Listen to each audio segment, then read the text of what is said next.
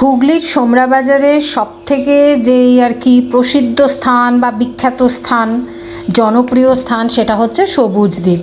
তো আমরা এখন যাচ্ছি সেই জায়গায়। তবে সবুজ দ্বীপ আমরা যাব না, যেখান থেকে সবুজ দ্বীপ যাওয়ার জন্য নৌকো ছাড়ে সেই জায়গাটা আপনাদেরকে দেখাবো, আমরাও দেখব। তো ওই অনেকগুলো মন্দির দেখে এবারে আমরা মেন আর কি যাচ্ছি, একটা বেশ গ্রাম্য পথ ধরে এগিয়ে যাচ্ছি। সেখান থেকেই নাকি জিজ্ঞেসে করে জানলাম গাড়ি নিয়ে আসলেও অসুবিধা হবে না, বাঁদিকে রয়েছে গাড়ি রাখার জায়গা, রয়েছে ঘাট।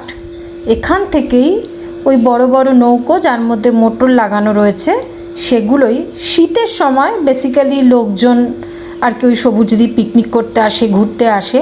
আর এরকম সময় অনেকে মিলে এলে সুবিধা, না হলে তো ওই দুজন, আমরা যেমন দুজন ছিলাম, দুজনে মিলে ওই বড় নৌকো তো ভাড়া করা পসিবল নয়। তো আমরা একটু ঘুরেই বেড়াচ্ছি।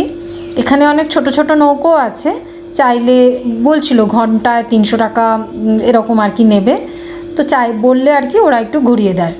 আর এই সবুজ দ্বীপ মানে এইটা হচ্ছে বেহুলা নদী, আর এই বেহুলা নদী গিয়ে ভাগীরথী বা গঙ্গা নদীতে মিশে যে সঙ্গমটা তৈরি হয়েছে, সেখানেই একটা দ্বীপের মতন আছে যেটাকে সবুজ দ্বীপ বলা হয়।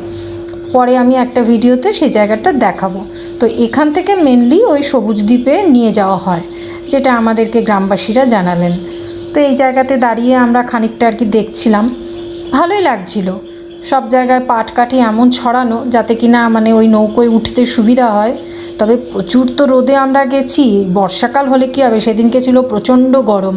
তাই খানিকটা ওখানে বসে সময় কাটিয়ে তারপর আবার আমরা আমাদের গাড়ি করে বাড়ি ফিরে এসেছি।